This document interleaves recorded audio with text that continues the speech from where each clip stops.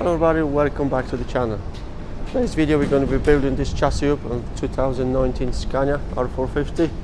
Chassis has been to chassisalignment.co.uk in Wisbech to the boys because he was twisted, he was pushed up on the corner, driver went off the road, and we're going to start it from the back. We're going to this fifth wheel made up, new fifth wheel plate, and we're going to put it on and we're going to start it from the back, so let's do it.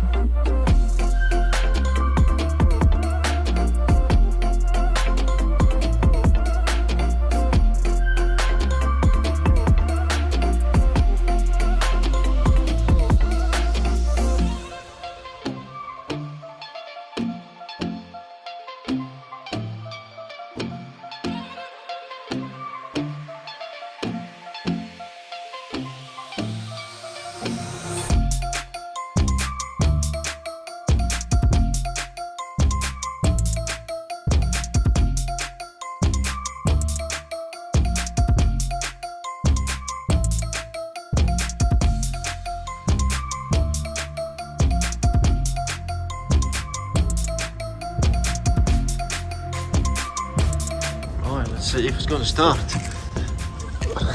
Let's hope. Should do.